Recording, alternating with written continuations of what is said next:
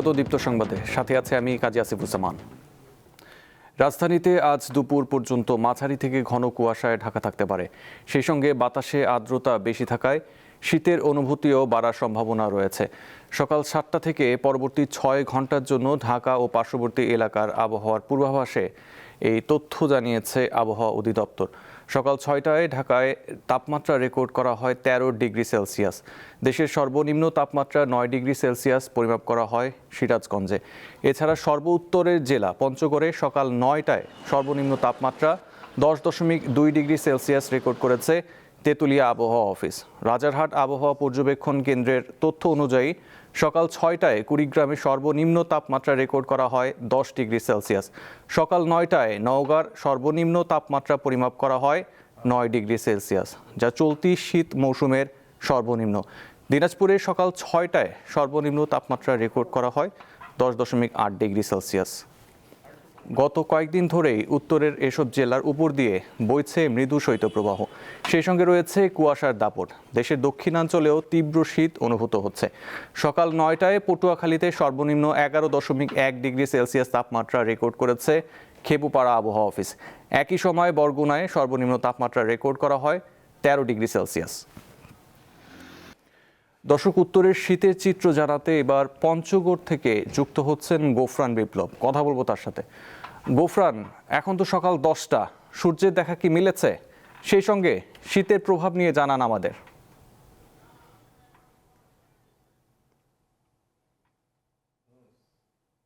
জি রাজীব, আসলে গত 2 দিন কিন্তু আমরা ঝলমলে রোদের দেখা পেয়েছি, কিন্তু এখন পর্যন্ত কিন্তু আমরা আসলে সূর্যের কোনো দেখা পাইনি। আর সূর্যের দেখা না পাওয়ার কারণে যে ঘন কুয়াশা যে আছে, ঘন কুয়াশার কারণে কিন্তু আসলে আমরা বেশি দূরে দেখতে পাচ্ছি না। আশেপাশের পুরো এলাকা কিন্তু ঘন কুয়াশায় ঢেকে আছে। আমি কথা বলেছি তেঁতুলিয়া আবহাওয়া অফিসের সাথে, তিনি আমাকে যেমনটি জানিয়েছেন আসলে আজ সকাল 9টায় সর্বনিম্ন তাপমাত্রা 10.2 ডিগ্রি সেলসিয়াস রেকর্ড করেছে তেঁতুলিয়া আবহাওয়া অফিস, এবং দিনের যে সর্বোচ্চ তাপমাত্রা 23.7 ডিগ্রি সেলসিয়াস রেকর্ড করা হয়েছে, এবং বাতাসের আর্দ্রতা রেকর্ড করা হয়েছে 99%। গতকাল এই তাপমাত্রা ছিল 9.4 ডিগ্রি সেলসিয়াস, এবং দিনের যে সর্বোচ্চ তাপমাত্রা 23.8 ডিগ্রি সেলসিয়াস, এবং বাতাসের আর্দ্রতা ছিল 94%, এবং বাতাসের গতিবেগ ছিল 8 কিলোমিটার। তেঁতুলিয়া আবহাওয়া অফিসের পক্ষ থেকে আরো জানানো হয়েছে আসলে আকাশে মেঘ থাকার কারণে যে মানে সূর্যের যে আলো সেটি কিন্তু আসলে এই মেঘ ভেদ করে ভূপৃষ্ঠে পৌঁছতে পারছে না, এবং ভূপৃষ্ঠে না পৌঁছানোর কারণে ভূপৃষ্ঠ আসলে তেমন একটা উত্তপ্ত হতে পারতেছে না। এই কারণে শীতের যে অনুভূতিটা সেটা বেশি অনুভূত হচ্ছে। আর আপনি জানেন আসলে শীত মানেই কষ্ট। শীত এই অঞ্চলের মানুষের জন্য আসলে এটা একটা জনদুর্ভোগের ব্যাপার। বিশেষ করে যারা খেটে খাওয়া মানুষ আছে, নিম্ন আয়ের মানুষ আছে, কৃষি শ্রমিক আছে, তাদের আসলে কষ্টের শেষ থাকে না, কারণ তাদেরকে তো সকাল সকাল কাজে যোগ দিতে হয়। আসলে কনকনে শীতের কারণে কিন্তু তারা আসলে তাদের যে কাঙ্ক্ষিত কাজ সেটি করতে পারছেন না। আমি কথা বলেছি ভ্যান শ্রমিকদের সাথে, তারা বলতেছে যে আমরা রাস্তায় বের হচ্ছি গাড়ি নিয়ে, কিন্তু আসলে শীতের কুয়াশার কারণে আর তারা কিন্তু আসলে দূরে দেখতে পাচ্ছেন না, এবং রাস্তায় যাত্রী না থাকার কারণে তাদের কিন্তু আয় ইনকাম অনেকটা কমে গেছে। আমি কথা বলেছি কৃষি শ্রমিকদের সাথে, তারা আমাকে যেমনটি জানিয়েছেন আসলে এখন বড় যে বীজতলা তৈরির একটা সময়, এই তারা যে সকাল সকাল কাজে যোগ দিবে আসলে কিন্তু তারাও তাদের কাঙ্ক্ষিত কাজটি সেটি করতে পারছেন না। আমি এই পাশে আমি কথা বলেছি পঞ্চগড় সদর হাসপাতালের শিশু বিশেষজ্ঞ ডাক্তার মনোয়ার হোসেনের সাথে, তিনি আমাকে যেমনটি জানিয়েছেন শীতকালে আসলে শীতজনিত রোগের কারণে শিশু এবং বয়স্করা বেশি আক্রান্ত। ডায়রিয়া, পাতলা পায়খানা, ডায়রিয়া, নিউমোনিয়া। আর শীতের কারণে প্রতিদিন হাসপাতালে 2 হইতে 250 শিশু পেশেন্ট আসতেছে, এবং বয়স্করাও আসতেছে। তারা কম আক্রান্ত, তারা কিন্তু আসলে চিকিৎসা সেবা নিয়ে বাসায় ফিরছেন। আর আমি জেলা প্রশাসন। গোফরান, আপনাকে ধন্যবাদ। বাংলাদেশের সংবিধানের অন্যতম প্রণেতা ও গণফোরামের প্রতিষ্ঠাতা ডক্টর কামাল হোসেন গুরুতর অসুস্থ। তাকে রাজধানীর একটি বেসরকারি হাসপাতালে ভর্তি করা হয়েছে।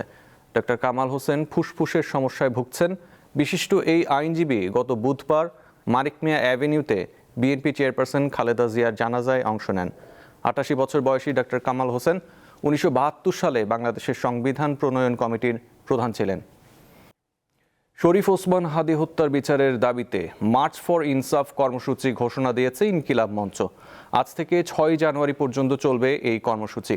এই সময় হাদী হত্যার বিচার নিশ্চিতে সহযোগিতা চাইতে সরকার, রাজনৈতিক দল ও দেশের প্রত্যন্ত অঞ্চলে মানুষের কাছে যাবেন সংগঠনটির সদস্যরা। একই সঙ্গে আগামী 7 জানুয়ারির মধ্যে হাদীর খুনি ও খুনের সঙ্গে জড়িতদের চিহ্নিত করে অভিযোগপত্র দাখিল করার দাবিও জানিয়েছে ইনকিলাব মঞ্চ। অন্যথায় 7 জানুয়ারির পর থেকে চূড়ান্ত আন্দোলনের হুঁশিয়ারি দিয়েছে সংগঠনটি। 22 কর্মদিবসের মধ্যে বিচার না করলে সরকার পতনের আন্দোলনের হুঁশিয়ারিও দেন মঞ্চের নেতারা। রাজধানীর জিয়া উদ্যানে সমাহিত করা হয়েছে 3 বারের সাবেক প্রধানমন্ত্রী ও বিএনপির নেত্রী খালেদা জিয়াকে।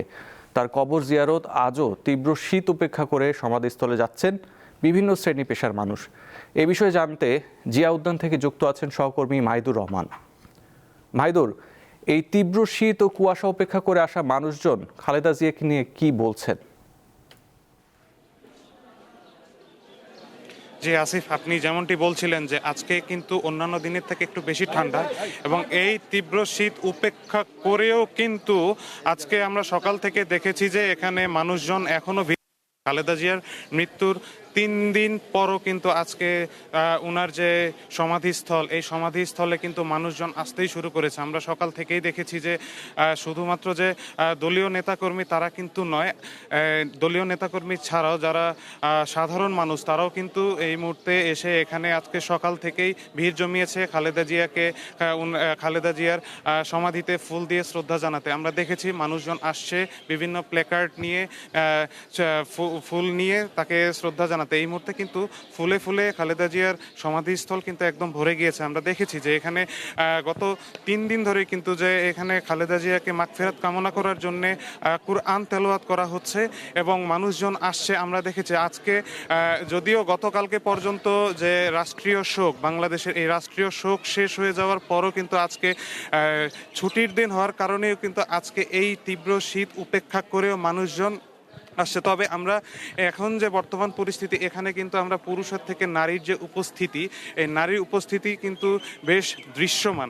আমি আপনাকে আরেকটু জিনিস জানিয়ে দিতে চাই যে এখনও কিন্তু তারা বুকের মধ্যে তারা যে শোকের যে প্ল্যাকার্ড সেটি কিন্তু তারা তাদের কাপড়ের মধ্যে বেঁধে রেখেছেন। আমি বলি যে তাদের বাংলাদেশের রাষ্ট্রীয় শোক 3 দিন ঘোষণা করলেও কিন্তু বিএনপির যে দলীয় শোক সেটা কিন্তু 7 দিন করা হয়েছে, যার কারণে তারা এই শোকে এখনও তারা সেই ব্যাচ ধারণ করছেন। আমি দেখেছি যে সকাল থেকেই এই যে সমাধিস্থল সেখানে এক আসাদ গেট এবং অন্য সাইডে যে বিজয় সরণি, 2 দিক থেকে কিন্তু প্রচুর মানুষের ঢল আমরা দেখতে পেয়েছি। আমি যদি আপনাকে আরেকটু জানিয়ে রাখতে চাই যে গত 31শে ডিসেম্বর যেদিন খালেদা জিয়ার জানাজা অনুষ্ঠিত হয়, সেদিন কিন্তু বাংলাদেশের মানুষ খালেদা জিয়ার প্রতি যে ভালোবাসা দেখিয়েছে সেটি কিন্তু অতুলনীয়, সেটি কিন্তু বাংলাদেশের ইতিহাস গড়ে রেখেছে। এবং আজকেও কিন্তু তার যে সমাধিস্থল, অনেকেই কিন্তু সমাধিস্থলে যারা আসতে পারে নাই তারা কিন্তু একে একে এই সমাধিস্থলে আসছে এবং খালেদা জিয়াকে শেষ শ্রদ্ধা জানানোর জন্য কিন্তু তারা এখানে উপস্থিত হয়েছেন। তো এই ছিল আসিফ আমার কাছে খালেদা জিয়ার সমাধিস্থল থেকে সর্বশেষ। ধন্যবাদ। দীপ্ত টিভিতে শুরু হচ্ছে নতুন মেগা ধারাবাহিক পরম্পরা। এক ঝাঁক তারকা শিল্পী ও দীপ্ত স্টার হান্টের প্রতিযোগীদের অংশগ্রহণে আজ থেকে নাটকটির প্রচার শুরু হচ্ছে। এতে তুলে ধরা হয়েছে বর্তমান সময়ের বাস্তবতা।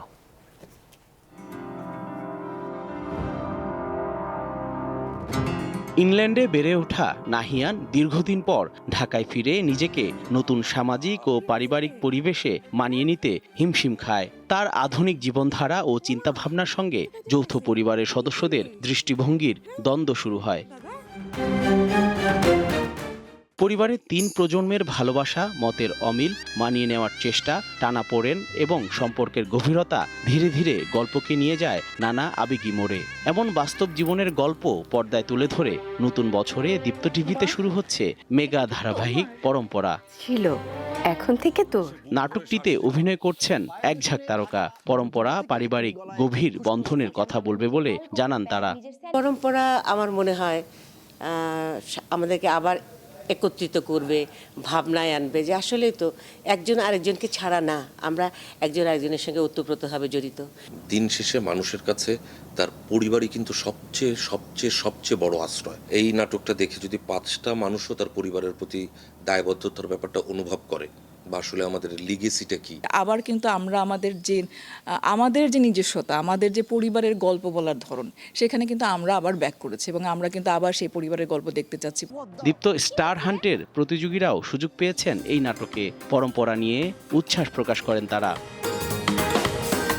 এই সিরিয়ালের মাধ্যমে দর্শক একটা পারিবারিক গল্প দেখতে পাবে, যেখানে অনেকগুলো জেনারেশনের আলাদা আলাদা স্টোরি আছে এবং কোনো স্টোরিকেই ফেলে দেওয়া সম্ভব না। আমাদের বাবা মার সাথে আমাদের যে গ্যাপটা থাকে, সেই গ্যাপগুলো কেন হয়, কোথা থেকে হয়, অ্যান্ড হলে কি কি সমস্যা হয়, কি কি মজা হয়, সব কিছু আসলে পরম্পরায় আছে।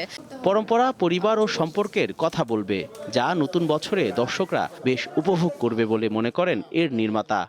এটা এই জেনারেশনেরই গল্প, সমসময়ের গল্প, কিন্তু আমরা অতীত নিয়ে বর্তমানের সঙ্গে মার্চ করেই ভবিষ্যতের দিকে এগোতে চাই। ঠিক এই উদ্দেশ্যেই আমার এই পরম্পরা নাটকটির প্রতি ব্যক্তিগতভাবে আমার অধিক আগ্রহ। ৩ জানুয়ারি শুরু হবে এই ধারাবাহিক। শনিবার থেকে বৃহস্পতিবার প্রতিদিন রাত 9:30টায় দীপ্ত টিভি, দীপ্ত প্লে ও দীপ্ত টিভির ডিজিটাল প্ল্যাটফর্মে দেখা যাবে পরম্পরা। দেরি হয়ে যাচ্ছে। জহুরুল মোহসান, দীপ্ত সংবাদ, ঢাকা। ইরানে চলমান বিক্ষোভ এ পর্যন্ত অন্তত 7 জন নিহত হওয়ার তথ্য দিয়েছে দেশটির কর্তৃপক্ষ। বিক্ষোভকারী এবং নিরাপত্তা বাহিনীর মধ্যে সংঘর্ষে বৃহস্পতিবার 6 জনের মৃত্যুর খবর জানিয়েছে ইরানের আধা সরকারি সংবাদ সংস্থা ফার্স।